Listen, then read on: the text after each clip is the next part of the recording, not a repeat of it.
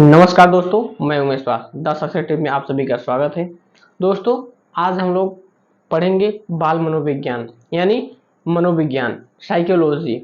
और यहाँ से हम लोग देखेंगे कैसे क्वेश्चन बनते हैं। आज ये मेरी बाल मनोविज्ञान की पहली क्लास है और हमने पर्यावरण की सारी क्लासें पढ़ा चुके हैं। आप प्ले लिस्ट में जाकर के पढ़ सकते हैं। और आज से हम शुरू कर दिए हैं ये बाल मनोविज्ञान, और जो कि क्रमबद्ध तरीके से सारी चीजें आपको मिलती रहेंगी। तो सारी क्लास आप तक पहुंचे, हमारे चैनल को आप सब्सक्राइब कर सकते हैं। और आइए देखते हैं दोस्तों, शिक्षा क्या है। हम शुरू करेंगे शिक्षा से। शिक्षा है क्या? हाँ, शिक्षा शब्द की उत्पत्ति, शिक्षा की उत्पत्ति कैसे हुई? शिक्षा शब्द जो कि संस्कृत भाषा के शिक्ष धातु से बना हुआ है। शिक्षा शब्द कैसे बना हुआ है? शिक्षा शब्द संस्कृत भाषा के शिक्ष धातु से बना हुआ है, जिसका अर्थ होता है दोस्तों सीखना या सिखाना होता है। इसका अर्थ क्या होता है? सीखना या सिखाना होता है। और शिक्षा अंग्रेजी की एजुकेशन, शिक्षा अंग्रेजी की एजुकेशन जो कि लैटिन भाषा के एजुकेटम शब्द से बना हुआ है, जो कि लैटिन भाषा के एजुकेटम शब्द से बना हुआ है। दोस्तों, शिक्षा जो हम लोग सीखते हैं, सिखाते हैं, और इसी को हम शिक्षा कहते हैं। अब हम आगे देखेंगे मनोविज्ञान। मनोविज्ञान क्या है? साइकोलॉजी। इसकी उत्पत्ति कैसे हुई? मनोविज्ञान किसे कहते हैं तो समझते हैं। मनोविज्ञान का शाब्दिक अर्थ मन का विज्ञान, या हम कह सकते हैं आत्मा का विज्ञान। मनोविज्ञान का शाब्दिक अर्थ है मन का विज्ञान या आत्मा का विज्ञान। दोस्तों, इसी के दौरान एक विचारक थे, दार्शनिक थे, गैरिट। इन्होंने साइकोलॉजी शब्द की उत्पत्ति की। साइकोलॉजी शब्द इन्होंने दिया और इसका वर्गीकरण दो भागों में किया। तो गैरिट ने साइकोलॉजी को दो शब्दों में बांटा, जो कि देखते हैं, एक साइकी और दूसरा लोगस। दो शब्दों में बांटा, साइकी और लोगस। जो कि गैरिट ने बताया कि साइकी का अर्थ आत्मा और लोगस का अर्थ अध्ययन करना बताया। इन्होंने जो कि ये साइकोलॉजी, ये साइकी और लोगस, ये यूनानी, ग्रीक यानी ग्रीस भी कहते हैं, ग्रीक भी कहते हैं, ये यूनानी भाषा का शब्द है। दोस्तों, गैरिट ने बताया साइकी का अर्थ आत्मा और लोगस का अर्थ अध्ययन करना। इसके बाद में हम लोग देखेंगे कि दर्शन शास्त्र है क्या? दर्शन शास्त्र से ही मनोविज्ञान की उत्पत्ति हुई है। ये कह लिया जाए कि दर्शन शास्त्र मनोविज्ञान की जननी है। हाँ दोस्तों, दर्शन शास्त्र मनोविज्ञान की जननी है। अब हम देखेंगे आगे बढ़ते हुए क्रम में हम देखेंगे 16वीं शताब्दी में इसका जो है आत्मा का विज्ञान 16वीं शताब्दी में मनोविज्ञान को आत्मा का विज्ञान कहा। किसने कहा? जो कि अरस्तु, प्लेटो, डेकार्टे इसके समर्थक रहे हैं।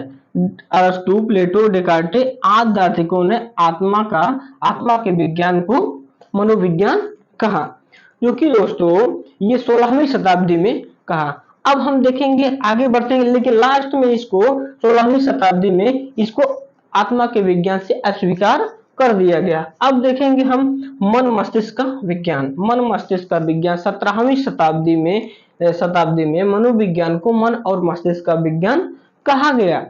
किसने कहा? जो कि दोस्तों पंपोनोजी ने, ये इटली के मनोवैज्ञानिक हैं। इटली के मनोवैज्ञानिक पंपोनोजी ने 17वीं शताब्दी में मन और मस्तिष्क के विज्ञान को मन का विज्ञान कहते हैं। मन और मस्तिष्क विज्ञान है क्या? दोस्तों, मन और मस्तिष्क विज्ञान, जो कि मन और मस्तिष्क का विज्ञान, ये 5 इंद्रिय हमारे अंदर होती हैं। आंख, कान, नाक, त्वचा, जीभ। ये 5 इंद्रियों से जो कुछ हम सीखते हैं, आंख से देखते हैं, कान से सुनते हैं, जीभ से स्वाद पता करते हैं, और त्वचा से स्पर्श करके, हम छू करके महसूस करते हैं। तो इन्हीं 5 इंद्रियों द्वारा हम जो छू सकते हैं, महसूस कर सकते हैं, उसको जानते हैं। अब दोस्तों, ये पंपोनोजी साहब ने इसे 17वीं शताब्दी में अस्वीकार दिया। 17वीं शताब्दी में अस्वीकार दिया। लेकिन इससे पहले दो वैज्ञानिकों ने, जो कि यहाँ गैरिट ने साइकोलॉजी का अर्थ बताया और यहाँ पंपोलोजी ने भी साइकोलॉजी में कहीं कहीं पंपोलोजी और कहीं कहीं पंपोनोजी कहते हैं। साइकोलॉजी इसमें साइकी का अर्थ जो कि मन बताया और लोगस का अर्थ अध्ययन करना। यहाँ जो कि साइकी का अर्थ आत्मा बताया गया था और लोगस का अर्थ अध्ययन करना। लेकिन यहाँ पंपोलोजी ने मन और मस्तिष्क के विज्ञान को इसमें यहाँ मन साइकी का अर्थ मन बताया और लोगस का अर्थ अध्ययन करना बताया। इसके समर्थक रहे जॉन लॉक साहब, जॉन लॉक और रिचेरी और थॉमस रीड। ये 3-4 समर्थक मनोवैज्ञानिक रहे हैं। अब दोस्तों हम लोग देखेंगे आगे बढ़ते हुए, ये 17वीं शताब्दी में इसे भी अस्वीकार कर दिया गया। अब आगे बढ़ेंगे चेतना का विज्ञान।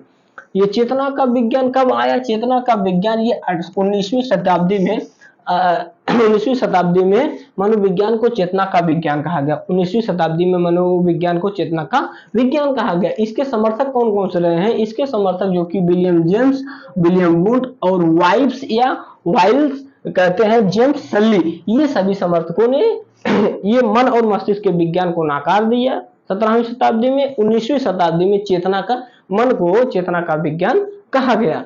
इसके बाद में इसके जो कि समर्थक William James, William would, vibes और जेम्स सल्ली ने कहा। इसके बाद दोस्तों यही मन को विज्ञान को, जो कि यही इसका विलियम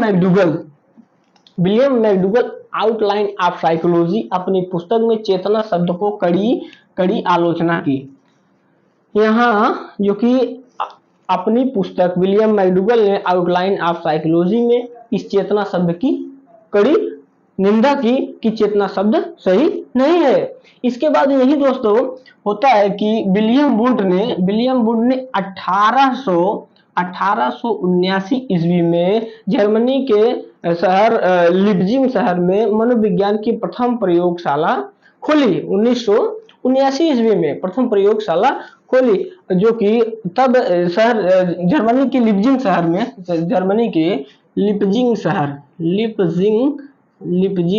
शहर में, जो कि आज वर्तमान समय में कार्ल मार्क्स विश्वविद्यालय के नाम से वो जाना भी जाता है। इसके बाद दोस्तों आया व्यवहार का विज्ञान। 20वीं शताब्दी में आया व्यवहार का विज्ञान, जो कि व्यवहार का विज्ञान में क्या कहा गया तो हम समझेंगे। व्यवहार के विज्ञान, मनोविज्ञान को 20वीं शताब्दी में मनोविज्ञान को व्यवहार के विज्ञान के रूप में स्वीकार किया गया। वर्तमान में मनोविज्ञान की इसी अर्थ को सर्वमान्य अर्थ के रूप में स्वीकार किया गया।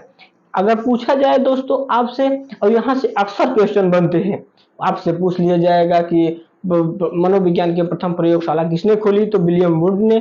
कहाँ खोली? जर्मनी के लिप्जिंग शहर में। वर्तमान में ये विश्वविद्यालय किसके नाम से जाना जाता है तो कार्ल मार्क्स विश्वविद्यालय के नाम से जाना जाता है। तो दोस्तों वर्तमान में ये व्यवहार का विज्ञान, इस समय आपसे क्वेश्चन ऐसा भी बन सकता है कि वर्तमान में मनोविज्ञान को किस विज्ञान के नाम से जाना जाता है, तो वर्तमान समय में व्यवहार के विज्ञान के नाम से मनोविज्ञान को जाना जाता है। तो दोस्तों इसके व्यवहारवाद के समर्थक रहे हैं वाटसन, वुडवर्थ, स्किनर और पावलोव। आज समर्थक इसके समर्थन में रहे हैं, जो कि व्यवहारवाद की नींव 1912-13 में ही पड़ गई थी। 1912 और 13 ईस्वी में पड़ गई थी। ठीक है दोस्तों, आप लोगों को समझ में आ रहा होगा। इसके बाद में एक विचारक है वुडवर्थ। इन्होंने मनोविज्ञान को सर्वप्रथम आत्मा, त्याग, मन त्यागने की अवस्था भी कहा। चेतना खोई, मन छोड़ दिया, व्यवहार की विधियों को स्वीकार करता है। वुडवर्थ ने भी अपनी ये परिभाषाएं दी। तो दोस्तों वर्तमान समय में मनोविज्ञान